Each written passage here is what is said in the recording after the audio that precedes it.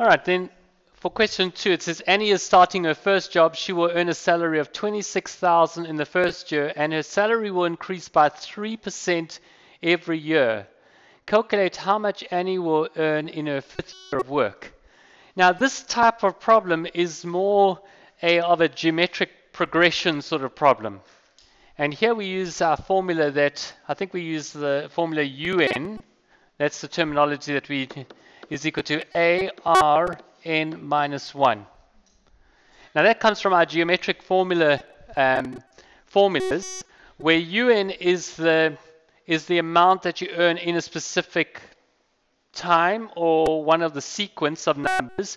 R is your increase as you go from one year, the multiplier from one to the next. So in this case, it's 3% increase every single year, and we're looking at how much she will earn in her 5th year of work. Okay, so we've got to think about this a little bit carefully. We know what our A is. Our UN, we're wanting to look at in the 5th year. All right, in the 5th year. Our A is our first term, so that's obviously 26,000. Our R is what? What are we going to be multiplying the 26,000 by to get the next year's amount? 1.03. When you increase by a certain percentage, you multiply by the percentage as a decimal. So 3% means 3 over 100, which is equal to 0.03. So when I want to increase something by 3%, I multiply it by 1.003, not 2 zeros, just 1 0, like that. Okay, that's my multiplier. So that will be times 1.03. And now it's quite important to figure out the n, because in the 5th year of work, so she's the first year, U1, then we get the second, U2, year 3, year 4, year 5, like that. All right. So this is 26,000. We are going to multiply by 1.03 there, again by 1.03 there, again by 1.03 there, and again by 1.03 there. So it's going to be that times that times that times that. It's going to be 4 times, so we're going to put our n as 5 minus 1 is equal to 4. So that's where we get our formula from. So we put it into our equation. We're going to get 26,000 times 1.03 times 5 minus 1, which is 4. And we put that into our calculators. 26,000 times by 1.03 to the 4. And we get 29,263. Okay, that's this over here. 29,263.23. All right, remember, always round off to 2 significant figures when we're dealing with this. So we are going to get that would be the amount of euros that we're going to have. Okay. All right. So it then says Annie spends 24,800 of her earnings in the first year. For the next few years, inflation will cause Annie's expenses to increase by 5% per year. Calculate the number of years it will be before Annie is spending more than she earns. All right, so we've actually got to look at where the two will be equal, because obviously in the first year, she's spending less than what she's earning. She's 24,800, 26,000. But her increase is 5%, but her salary is only increasing by 3%. So there's a certain time she's actually going to be spending more. Okay?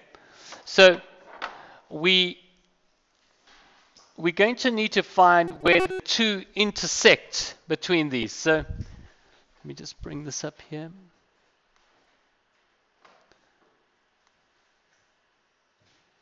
So I've got a bit of space there. So we've got her, as we've already said, we've got the first one is 26,000 times 1.03 n minus 1 is for the amount that she's earning in years from now. All right? And the amount that she's spending is 24,800, but that's increasing at 5% per year. So that's 1.05 times n minus 1. Now we're going to, these are two graphs, and where they intersect is when she's going to be spending the same amount as that she's earning. As soon as you go past that, then she's going to be spending more than what she's earning, and she's going to be going into debt. Okay, so now how do we solve this? Now again, we can use a graphical method to solve it, or we could use a log way to solve it. What we could do here is we could say, we could simplify this down somewhat, and we could put this as, you could just label this as y and two separate ones, or we could simplify this down and perhaps say this is 1.05 n minus 1 is equal to 26,000 divided by 2,400, 24,800, 1.03 n minus 1, like that. And then we could do y is equal to that and y is equal to that. Probably be easier because the numbers will be smaller. So let's do it like that. So I get my calculator again. Firstly, I'm just going to divide 26,000 divided by 24,800. Enter. And I get 1.4838. So let's say that's equal to 1.0484. And that's 1.03 n minus 1. And that's equal to 1.05 n minus 1. Now I'm going to say y is equal to that. And I'm going to say y is equal to that. All right. And I'm going to see where they intersect. Those two graphs intersect.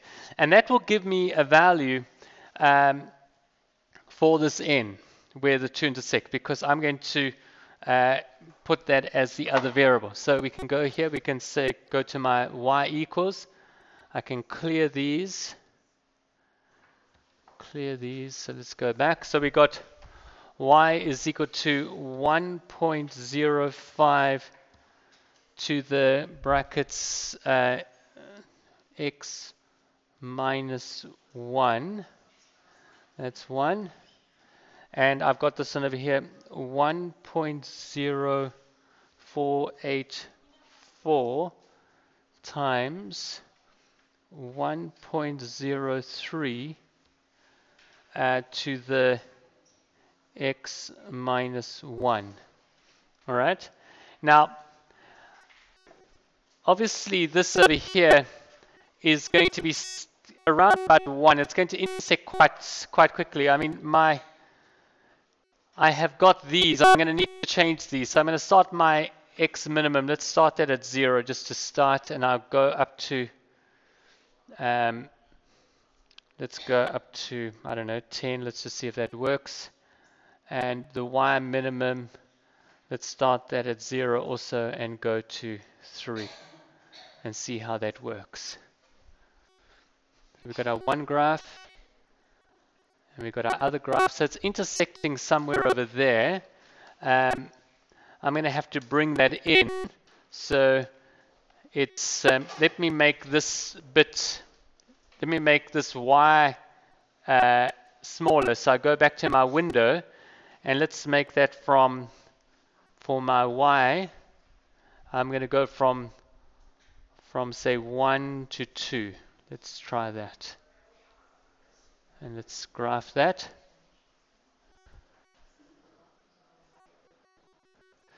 All right, so that's giving me something better, isn't it? Okay, I can start to see that it's somewhere over there. I can do trace, and I can go down there till I get to my sort of point where I'm wanting to be, like that.